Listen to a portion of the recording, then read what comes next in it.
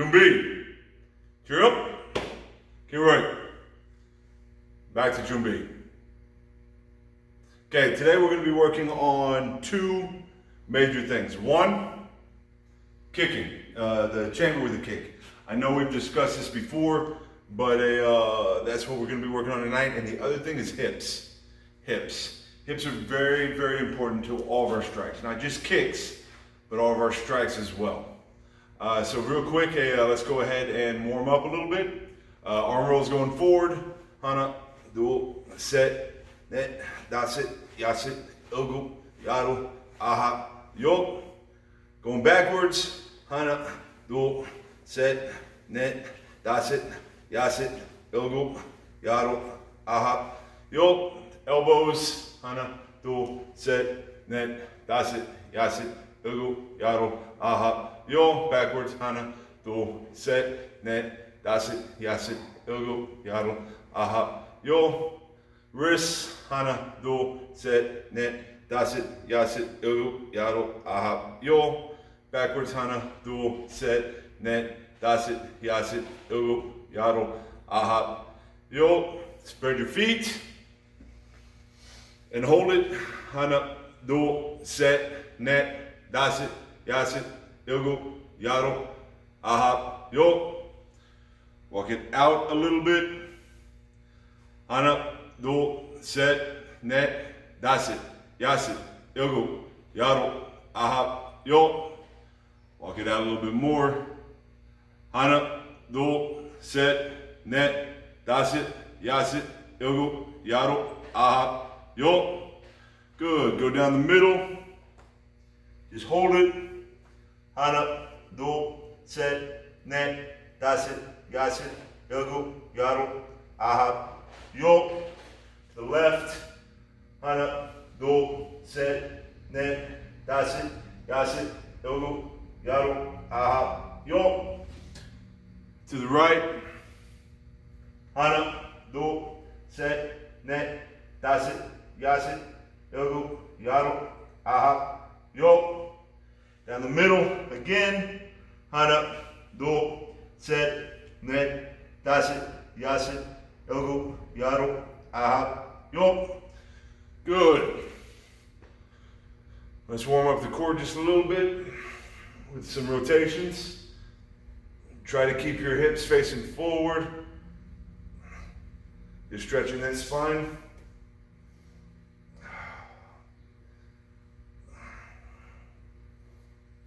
Good. Like I said, we're going to focus on the knee drives again. Once again, reviewing some of the tests. I noticed still everybody's lifting with their legs, not with their calves. So we really need to make sure that we're driving with the calves. And how are we going to work those today? It's very simple. We're going to work them with our forms in conjunction with our hip rotations. Hip rotations are very important for a bunch of different reasons. A lot of times when we punch with our shoulders, over-rotate. Once again, the problem with over-rotating is you're putting that weight on the front foot. If you're fighting somebody that's prone to takedowns or throws, then you're giving them a lot more energy to use against you. Okay, so always maintain that balance. The power comes from that hip rotation, popping those hips into the movement. Once again, we're building on that kinetic linking. You know, the power begins at the ground, works all the way up through the feet, into the hips. That's how we channel it, is through those hip movements. So we're going to work calves and hips in conjunction. So let's take we've been doing Kichoyang Ilbu a lot. So today, let's start with a Palgoyang Icheng. A lot of our students just passed, so that's the next form they're learning. So let's start with that form, okay? So you start with Jumbi, first movement, high block, snap, kick, punch. Now, we're gonna look, and when you step, you should be driving off that foot, driving with your calves, popping your hips into each movement. Landing in a nice, big front stance, and when you're driving that front snap kick, drive off that calf, chambering that leg up. So drive off the calf, chambering that leg up. So it's gonna look like this. So you're gonna look, high block, snap kick, punch. Now, that's only the left side.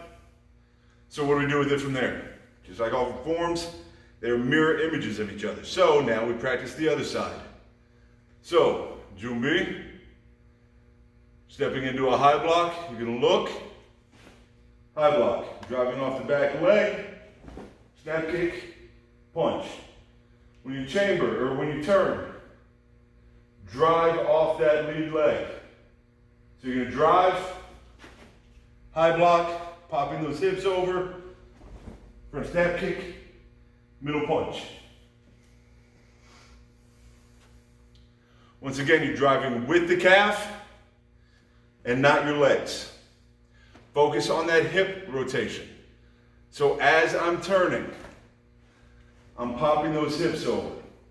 When I kick, I'm using my hips and my calf to kick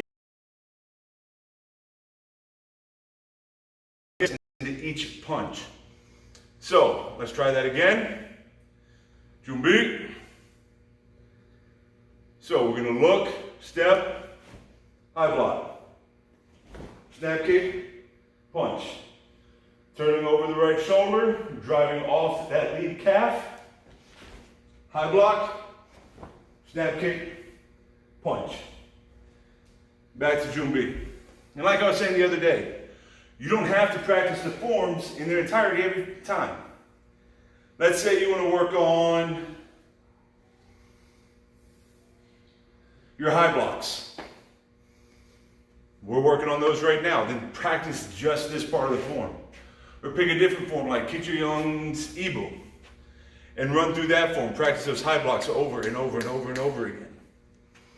Because a lot of our high blocks, we're here. Your head's wide open. You need to make sure to get it up. So pick an aspect of what you want to work on, and then that's what you focus on your forms. So again, you're going to look, high block, snap kick, punch. Turning over your right shoulder, high block, snap kick, punch. One more time. Look, driving, popping those hips, driving off that back calf, punch, high block, punch. Back to Jumbi. And then once you feel comfortable in that movement, then you can either move on to another part of the form or just add it in. We're going to be moving on to another part of the form. So the next movement after high block, front snap kick, punch, high block, front snap kick, punch, you're going to step into middle chop. Once again, in a real fight, I've talked about this a million times. I am not going to do that full motion every time I need a block. Somebody stepping forward into a middle punch. I'm not going to make this full motion to block. Then why do I do it? Kinetic linking. Kinetic linking is why. Building that muscle memory, learning the body mechanics. Eventually this movement will come from here into here, and you can develop the same power from here as you can with that full rotation. We over-exaggerate that full rotation just to start building the body mechanics. So, start with Jumbi. So we're going to step forward, low chop. Stepping forward, middle chop. Once again, focus on those stances. Stepping forward, high block, stepping forward, driving off that back calf, middle punch kill. Again. So we're going to step forward, low chop. Stepping forward, middle chop. Driving off that back calf, stepping forward, high block, stepping forward, driving off that calf, middle punch kill. Really focus on those small details. Aim small, miss small. Aim small, miss small. If you're aiming for just the gross body mechanics of it, something's going to get left behind and fall through the cracks. Always, always, always focus on the small details of every technique. One more time. Moving forward. Low chop. Stepping forward. Middle chop. Stepping forward. High chop. Stepping forward. Middle punch. Once again, aim for the staccato of the movements. In a real fight, yeah, chances are it's not going to look like this. It's going to look more like low chop here. But if you take those movements, pause it on each individual block, in that frozen moment, this is where you are. And then you can move on. But focus on the staccato movements for now. Make sure every time you strike, everything is in equilibrium, I guess you could say, with everything else. You know, so one more time. Stepping forward, low chop. Stepping forward, middle chop, driving off that back leg. Driving off that back leg, high chop. Driving off that back leg, middle punch. Focus on the explosiveness of it. Okay, a lot of times, I'm a big guy. And a lot of times when big guys start training martial arts, they just try to overpower their opponents. Keep in mind that martial arts, depending on your philosophy, but like us, White Crane Kung Fu, led into a Shotokan Karate / Korean Tansudo, was created by a woman. Karate is not supposed to be overpowering. It's supposed to be powerful, but not about brute force. Our power comes from explosiveness. Explosiveness is the key to the martial arts. Force equals mass times acceleration. The faster you accelerate, the faster or the more powerful your attack's going to be. If you look over here on my wall, I'll show it to you sometime. These have various physics equations written on the wall to show my students that there's nothing mystical about what we do. It's just science. Okay, now let's practice the backwards movements. So we practice high block, snap, kick, punch, high block, snap, kick, punch. Now let's do low chop, middle chop, high block, punch.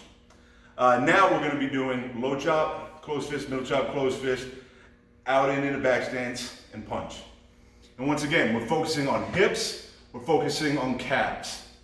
Stepping forward, exploding. So as we're stepping forward, low chop, closed fist. Driving off that back calf, not your leg, your calf.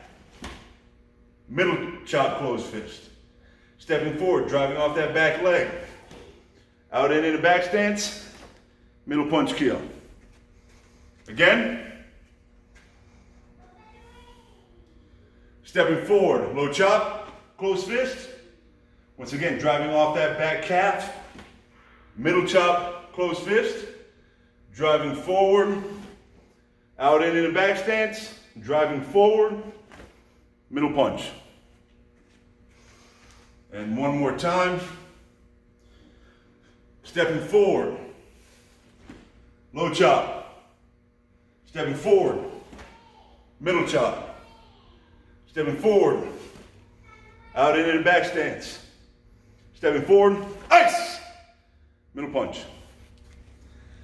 Okay, so the other thing that you need to remember, I know there's a lot I always tell you need to remember. I sweat. I sweat because I'm big, but I also sweat because I can't halfway through a technique. I mean, you'll notice there are times when I demonstrate, I still have to add power to it. My philosophy is, you do how you train. And the problem with instructors a lot of times is we over-exaggerate so much that it just gets ingrained with us. I like to combat that by every technique I throw is at that imaginary opponent. Remember Tuesday's class? I talked about the importance of that visualization, having that imaginary opponent in front of you. After all, when are you going to use martial arts? When you have no other option. Remember, run when you can, hide when you can't, fight when you have no other choice. I'm going to fight when my back's up against the wall and it's me or them. And that's the way I train. Every technique is explosive, 110%. Yeah, there are times when, like for instance, I spent probably a good month and a half this last year on throwing my kicks just like this. Driving off that calf. And then once I get here, explode out, back, and down. Driving off that calf. Out, back, down. Driving off that calf. Out, back, down. And I'll do those kicks over and over and over just to focus on the calf explosion. About a year and a half ago, I tore my calf. And try throwing a punch when you can't drive from the ground. You'd be amazed at how much power is lost. All of our power begins at the ground. So now let's put the whole thing together. The whole thing together. We're going to take this nice and slow, but just because I say slow does not mean without power.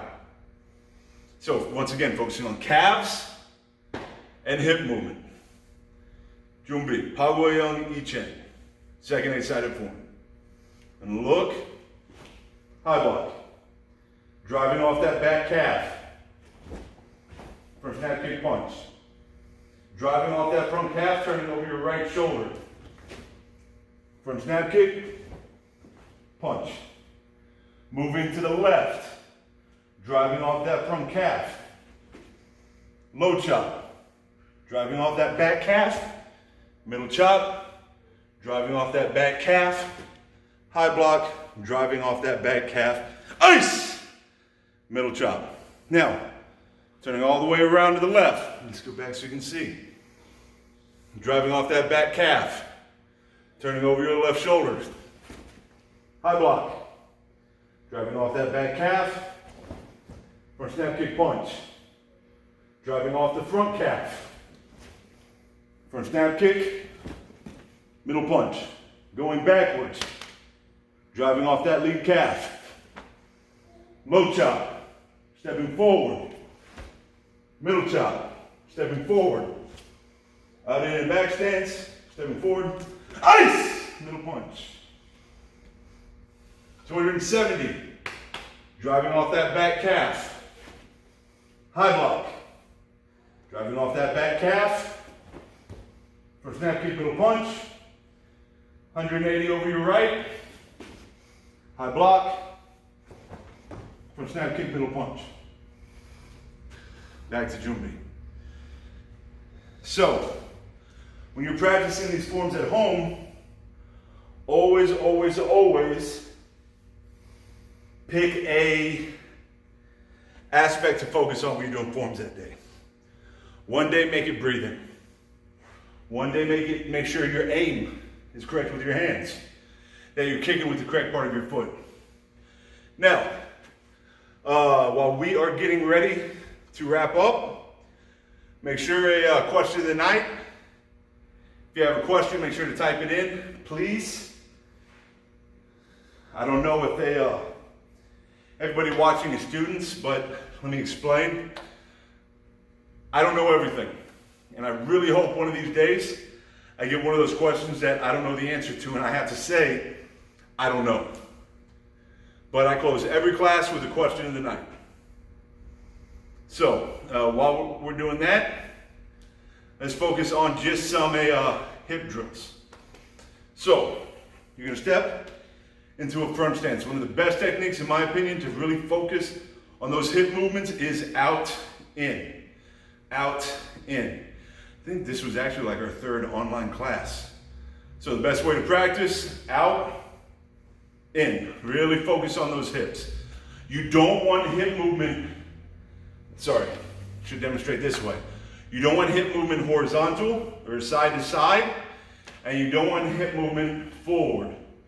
You want to keep your center where it is and just focus on that rotation of the core. And so the best way to practice this is just do it. Hana, dual, set, net, dasu, pako. Hana, dual, set, net, dasu. A good way to judge if you're doing it correctly, especially if you're wearing a full dobak, is your belt. Your belt's going forward, it's wrong. Your belt should be coming around on a plane. One question.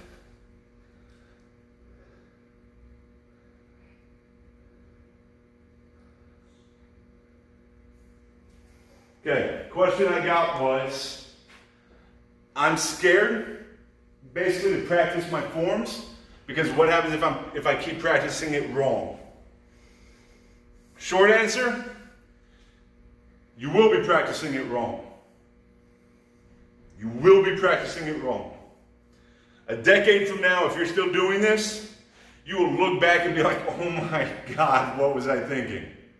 A decade from that, you'll be like, oh my God, what was I thinking about the thing that you already fixed? Martial arts is always evolving. You'll always find a way. Prime example, chops. I love chops. Chops are probably one of my favorite blocks, one of my favorite techniques. As I stated last day episode, I love takedowns. Boom, I love takedowns. Open hand techniques allows me to grab, move in for the takedown. So, where am I going with this? I was always taught chops here, bringing it out into your opponent. Well, I got to remodel a therapeutic pool in Austin. This is one of those pools that's crazy deep. They make you wear an oxygen mask. And like baseball players, they'll make them go underwater and give them like heavy balls, and they'll just make them underwater practice their throw. Practice their throw. Now I know that's not a baseball throw, but I don't play baseball. And I had to give it a try. So I got in the water, put the mask on, got down to the bottom with the weights, and I was practicing my chops. And you could just feel the drag as your hand came across the body. That's when I realized it's not back as an adult that I made this discovery. So yeah, I was practicing my forms wrong, or my chops wrong, all the way up until that moment. But that's okay. Because see, my body already knew the